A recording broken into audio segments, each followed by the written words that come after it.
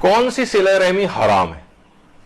دیکھیے کچھ صلہ رحمی ایسی ہیں کہ مثلا جس سے آپ کا عقیدہ و عمل اور اخلاق خراب ہوا جا رہا ہے، کوئی ایسا مفسدہ ہے، کوئی ایسی اس کے گناہ کی تائید آپ سے ہو رہی ہے صلہ رحمی کے نتیجے میں، ایسی صلہ رحمی حرام۔ مثلا آپ نے بڑے اچھے تعلقات رکھے ہوئے ہیں اس فاسق و فاجر سے، مثلا اب وہ کہہ رہا ہے کہ گھر میں مثلا جو ہے نا ورائٹی پروگرام ہے، یا میں نے شام غزل کا جو ہے اہتمام کیا ہے، اب میرے ساتھ ذرا چل کے ذرا ارینجمنٹ کروا دو۔ اب آپ کے تعلقات بہت اچھی ہیں، آپ کہیں بھائی صلہ رحمی کا تو عنوان یہ ہے کہ بہرحال ان سے اس کے کام آنا چاہیے، تو نہیں، یہ والی صلہ رحمی یہ جائز نہیں۔ صلہ رحمی کے آپ متبادل طریقوں پر جائیں، یہ اس طرح سے کہ اس میں اس کے کسی گناہ کی تائید لازم آئے، ایسی صلہ رحمی نہیں کر سکتے اس سے، یا کسی اس کے گناہ کے کام میں معاونت اور مددگار آپ ثابت ہوں، ایسی صلہ رحمی آپ نہیں کر سکتے۔ تو یہ ایک خصوصیت کے ساتھ ہے، یعنی اگر صلہ رحمی عقلاء کے نزدیک دینی یا دنیاوی نقصان رکھتی ہو، دینی نقصان ہو یا دنیاوی نقصان، تو پھر، اور عقلاء کہہ رہے ہیں کہ اس میں نقصان ہے۔ دیکھیے بہت سے ایسے ہیں کہ مثلا ان کے گھر آنا جانا رکھیں گے، مثلا ایک ویسا نقصان، دینی نقصان، مثلا ظاہر ہے کہ جب انسان خود تو نہیں رکھتا، اس کے بیوی بچے بھی رکھتے ہیں، اب اس کے گھر آنا جانا اگر انہوں نے اس انداز سے شروع کیا ہوا ہے پہلے سے کہ صلہ رحمی برقرار رہے، اب پتہ چلا ہمارے ہی بچے بگڑے جا رہے ہیں۔ کیونکہ دیکھیے اتنی اہم چیز ہے یہ کہ مثلا اگر اولاد بگڑی جا رہی ہے آپ کے صلہ رحمی کے نتیجے میں، کیونکہ دیکھیے فاسق و فاجر جو بے دین افراد ہوتے ہیں نا، یہ اگر ان کے ساتھ خود ملنا جلنا بھی ایک نقصان رکھتا ہے، بہرحال چاہیے اس وقت کوئی فسق و فجور کا کام نہیں بھی کر رہے ہوں، یہ مائنڈ ایسا آپ کا سیٹ بنا دیتے ہیں، آپ کے بچے ان کے بچوں کے ساتھ مثلا جا کر کھیل رہے ہیں جو بالکل بے دین ہے، نہ نماز کی پرواہ ہے، نہ کسی اور دین کے کسی چیز کی پرواہ ہے، تو یہ افراد ان کا اثر قبول کریں گے اگر عقلاء کے نزدیک دینی اور دنیاوی نقصان یہ چیز رکھتی ہے۔ دیکھیے اتنی اہم چیز ہے کہ بہت سے میرے اپنے ایک دوست تھے جو کہ ڈاکٹر تھے اسپیشلسٹ، اور وہ مدینے میں ان کی جاب تھی، لیکن وہ حالانکہ تمام سہولیات جو ہے ان کا امپلائر ان کو دینے کو تیار تھا، کیونکہ بہترین وہ ایک ڈاکٹر تھے کہ کسی بھی طور پر چھوڑ کر نہ جائیں، وہ اپنے مدینے یا تو مسجد قباء میں یا ریاض الجنہ کے اندر روزانہ ایک نماز کم سے کم وہاں، یعنی اتنا قریب وہ رہتے تھے کہ وہاں جا کر وہ نمازیں تک جو ہے پڑھتے تھے، لیکن اس کے باوجود ان کو چھوڑ کر وہاں سے انہوں نے فیصلہ کیا کہ مجھے چھوڑ کر یہاں سے اپنے وطن واپس چلے جانا چاہیے۔ کیوں؟ بچے سعودی اسکولوں کے اندر پڑھ رہے تھے، اور بچے جو ہے وہ ایسے ہی اکھڑ مزاج اور بد اخلاق ہو رہے تھے، جس طریقے سے وہاں کا ایک کلچر ہے عام طور پر چیخ کر بات کر رہا ہوں۔ انہوں نے کہا کہ ٹھیک ہے میں یہاں پر پیسے تو کما لوں گا، لیکن بچے کا ایک مزاج یہی بن گیا ہے، بد اخلاق بن گیا ہے ساری زندگی، پھر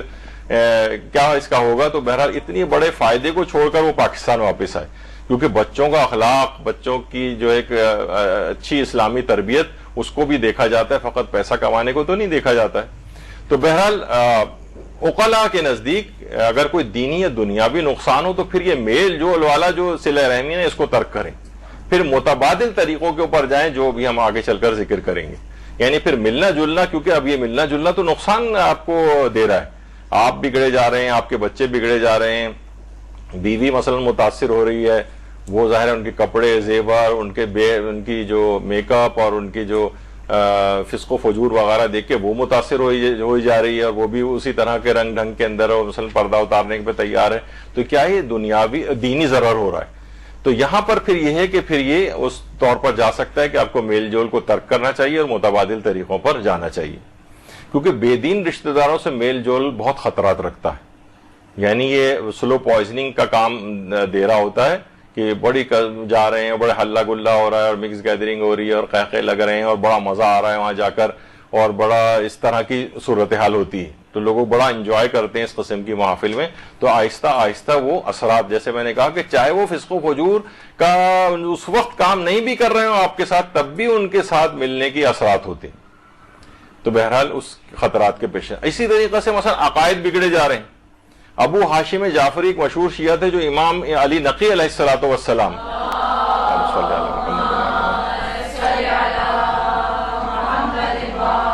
امام نے ان پر اعتراض کیا کہ تم عبد الرحمن ابن یعقوب کے ساتھ کیوں اٹھتے بیٹھتے ہو؟ ابو ہاشم نے کہا مولا وہ میرا ماموں ہے۔ امام نے فرمایا اس کا عقیدہ خراب ہے، یا اس کے ساتھ بیٹھو اور ہمیں چھوڑ دو، یا ہماری ہم نشینی اختیار کرو اور اسے چھوڑ دو۔ ابو ہاشم نے کہا مولا اس کا عقیدہ اس کے ساتھ ہے، میرا عقیدہ تو درست ہے، اس کے باطل عقیدے کا مجھ سے کیا نقصان ہے؟ امام نے فرمایا کہ تمہیں اس کا خوف نہیں کہ اس پر کوئی عذاب آئے اور اس کے نزدیک ہونے کی وجہ سے وہ تمہیں بھی اپنی لپیٹ میں لے لے، یعنی تم بھی اس کے عقیدے سے متاثر ہو جاؤ۔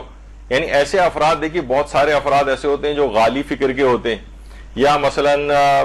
دہریے ہوتے ہیں۔ کتنے لوگ ہمارے پاس آتے ہیں کہ گھر میں چچا مثلا ساتھ رہتا ہے، وہ دہریہ ہے، وہ بچوں کو قائل کرتا رہتا ہے، کیونکہ ایسے افراد جو ہے نا جو ہوتے ہیں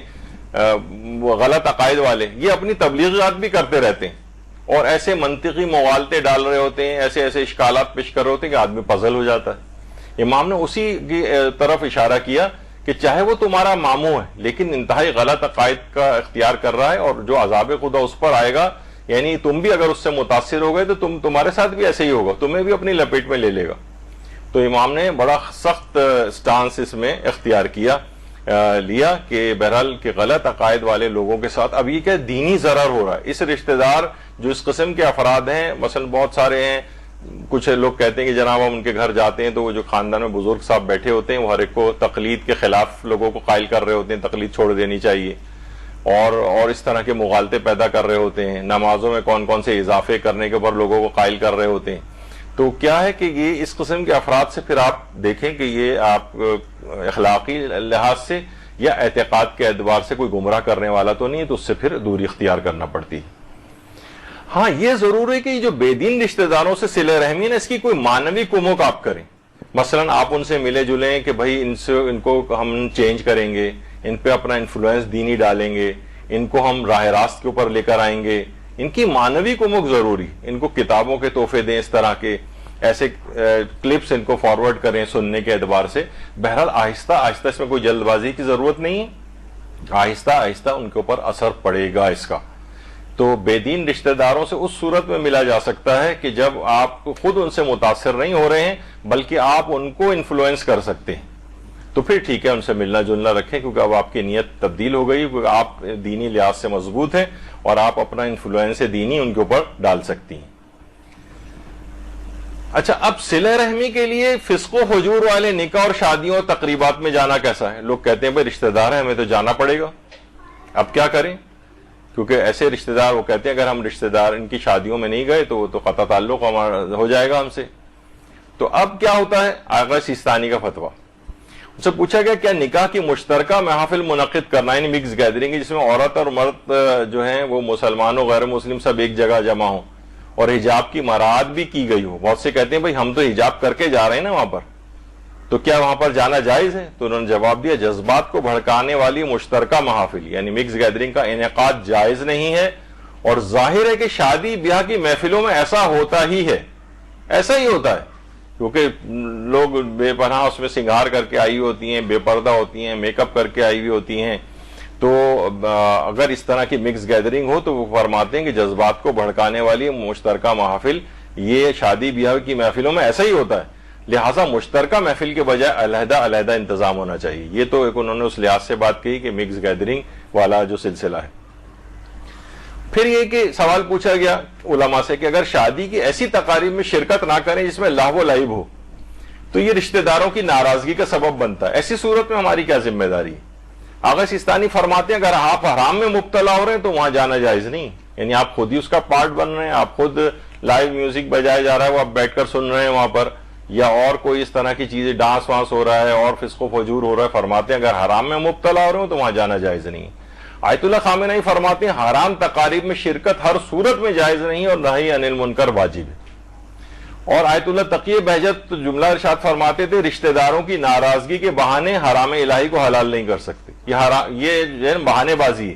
کہ اگر ہم نہیں گئے تو جناب وہ جو ہے نا وہ قطع تعلق ہو جائے گا ہمیشہ کے لیے، نہیں، ایسا نہیں ہے، یہ صرف بہانے، آپ دیگر طریقوں سے بھی صلہ رحمی کر سکتے ہیں۔ اور آیت اللہ ناصر مکارم شیرازی فرماتے ہیں اگر نہیں عن المنکر کی استطاعت نہ رکھتے ہوں تو ایسی تقاریب میں شرکت ہی نہ کریں، یعنی کون سی؟ جو بالکل حرام، جس میں آپ بھی حرام میں مبتلا ہو رہے ہوں، ایک وہ شادی بالکل لہو و لعب کی شادی جو ہے وہ بن رہی ہے، بے تحاشا، یعنی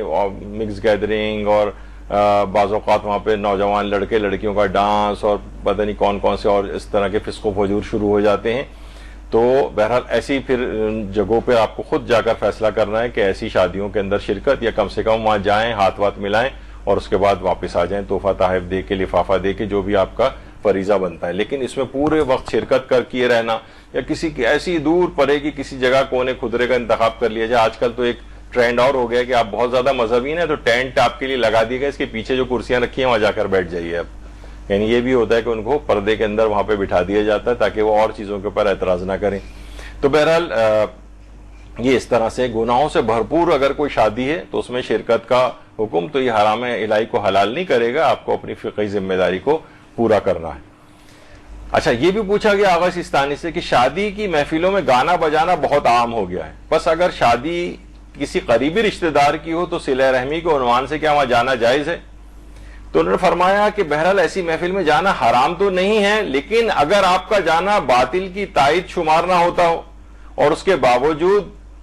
نہیں انل منکر کرنا واجب ہے اگر شرائط موجود ہوں, اور احتیاط واجب کی بنا پر ان کے کام سے ناراضگی اور ناپسندیدگی کا اظہار بھی کرنا واجب ہے, چاہے انہیں اس بات سے کوئی فرق نہ پڑتا ہو تب بھی اظہار ناراضگی واجب ہے. یعنی اس وقت آپ کو جانے کی اجازت ملے گی وہاں پر کہ ایک تو باطل کی تائید شمار نہ ہوتا ہو اور ایسا انداز اختیار کرنا, یعنی آپ کے کہنے سے نہ کوئی رک رہا ہے, نہ وہاں پہ گانے بجانے بند کیے جا رہے ہیں, نہ مکس گیدرنگ بند ہو رہی ہے, تب آپ کے لیے ایسا اظہار ناراضگی کرنا جو ہے وہ ضروری ہو جاتا ہے کہ ان کو پتہ چل جائے کہ آپ ان کے اس فعل حرام کے خلاف ہے.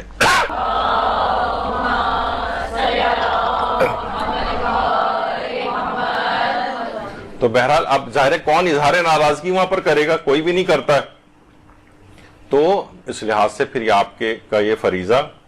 رہے گا کہ اگر وہاں جائیں تو کم سے کم اظہار ناراضگی ضرور کرنا پڑے گا.